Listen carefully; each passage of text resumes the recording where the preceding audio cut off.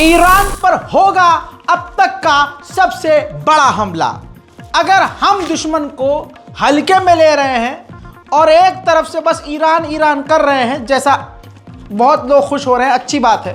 मोहब्बत की वजह से आदमी अपने नुकसान को इग्नोर करता है, लेकिन दूसरी तरफ समझदारी है कि दुश्मन को कमज़ोर नहीं समझना चाहिए।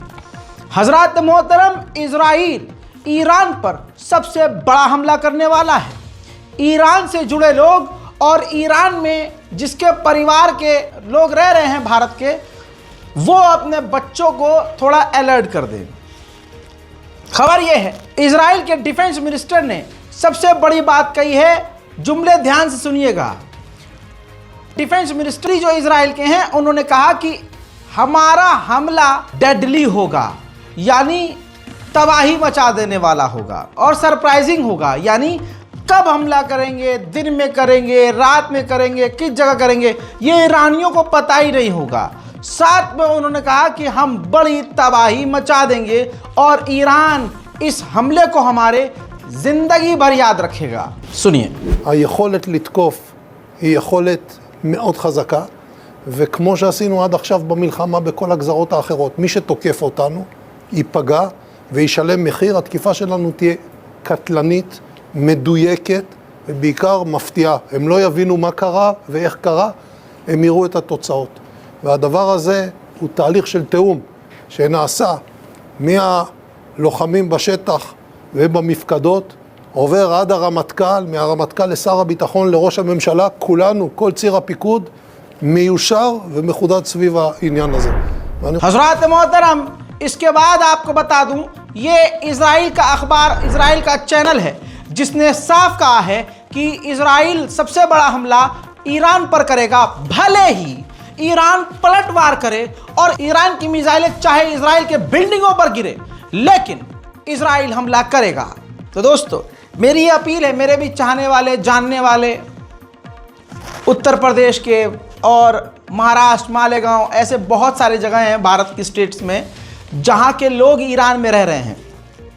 मेरा उन लोगों से यही निवेदन है, यही रिक्वेस्ट है कि भैया थोड़ा दिन संभल के रहिए, बॉर्डर के इलाके से दूर रहिए, ईरान की न्यूक्लियर फैसिलिटी के आसपास कम से कम 200 किलोमीटर दूर रहिए, और अगर आप आसपास रह भी रहे हैं तो कुछ दिन के लिए वहाँ से हट जाइए। साथ ही जो ईरान की ऑयल फैसिलिटीज़ हैं और जो बेसेस हैं, जहाँ मतलब मान लीजिए कि 150 किलोमीटर के दायरे में आपका मिलिट्री बेस मौजूद है, आपके मिलिट्री बेस मौजूद है ईरान का, तो भैया आप उससे दूर रहिए। ये तो हम नहीं कह सकते कि सिविलियंस के इलाके पर इज़राइल हमला करेगा, लेकिन अगर वो हमला करेगा भी तो वो nuclear facility, oil facility, police camp या फिर एयरबेस, यहाँ तो ज़रूर करेगा एयरबेस पे, और ईरान के इंटरनेशनल एयरपोर्ट से भी थोड़ा सा गैप बना के रखिए। अब कहने वाले कोई मौलाना साहब कह देंगे अरे हम ये कर देंगे, हम वो कर देंगे, ईरान इतना कमज़ोर नहीं है। अरे बाबू, कमज़ोर नहीं है वो, चलो ठीक है, लेकिन ये बात ईरान भी जानता है कि वो अपने एयर डिफेंस सिस्टम में, डिफेंस वाले मामले में इतना मजबूत नहीं है, ये जानता है। तो मिसाइलें तो आएंगी और आएंगी तो गिरेंगी भी, पप्पी लेके तो जाएंगी नहीं कि चली गई, फिर ऐसा तो होना नहीं है। तो समझदारी इसमें है कि आपका अगर ईरान में कोई जानने वाला है तो ईरान पर है बड़ा ख़तरा। अपने सहयोगियों को, साथियों को, ख़ानदान वालों को जो वहाँ रह रहे हैं, अलर्ट रहने को कहिए। और मैं तो यही कहूँगा, और पिछले कई हफ्ते से मेरे दिमाग में चल रहा है, और जो मेरे जानने वाले हैं उनसे मैंने कही दिया है कि अगर आप ईरान में हैं, तेहरान में कहीं भी हैं, तो बेहतर है कि अपने परिवार के पास वापस कुछ दिन के लिए आ जाएं। जब हालात सही हो जाए तब वापस ईरान चले जाइएगा। हजरात, उधर 50 मिनट तक नेतन्याहू से कमला हैरिस और बाइडन ने फ़ोन पर बात की है, 50 मिनट। और ऐसे में बाइडन और कमला हैरिस ने नेतन्याहू को फुल सपोर्ट दे दिया है और कह दिया कि हम ईरान के ख़िलाफ़ हैं और ईरान की जो प्रॉक्सीज़ हैं हम उसके भी ख़िलाफ़ हैं। यानी एक बात क्लियर है कि हम ईरान पर हमला होता हुआ बहुत जल्द देख सकते हैं, क्योंकि अब इज़राइल को अमेरिका ने हरी झंडी दे दी है। वहीं नेतन्याहू ने कहा कि पूरी दुनिया में वाहिद हम अकेले इज़राइल ऐसे हैं जो ईरान जैसी पावर से लड़ रहे हैं, और अगर हम नहीं लड़े तो कोई नहीं लड़ेगा और पूरी दुनिया को बड़ा नुकसान होगा। हम अपने लिए नहीं, पूरी दुनिया के लिए लड़ रहे हैं। तो इस बात का दूसरा मतलब ये भी है कि नेतन्याहू मान रहा है इस बात को कि ईरान पावरफुल है और ईरान से लड़ने की औकात किसी की नहीं है। और मुन्ना अगर बाबूजी से लड़ रहा है, मुन्ना अगर बाप से लड़ रहा है तो अपने दम पर नहीं, अमेरिका के हथियारों से, ब्रिटेन के हथियारों से, यूके की इंटेलिजेंस से और अमेरिका के द्वारा जो इसको भर भर कर पैसा दिया जाता है उसके ज़रिए लड़ रहा है इजराइल ईरान से। वहीं अब दूसरी तरफ अमेरिका ने डिनाई कर दिया है, मुकर गया है कि हम सीज फायर को लेकर ईरान से बात नहीं कर रहे हैं। वहीं मेरे दोस्तों, नेतन्याहू ने अपने सीनियर ऑफिशियल से मुलाकात करी, डिफेंस मिनिस्टर, विदेश मंत्री, आला कमान से बात करी और ये मीटिंग 5 घंटे चली।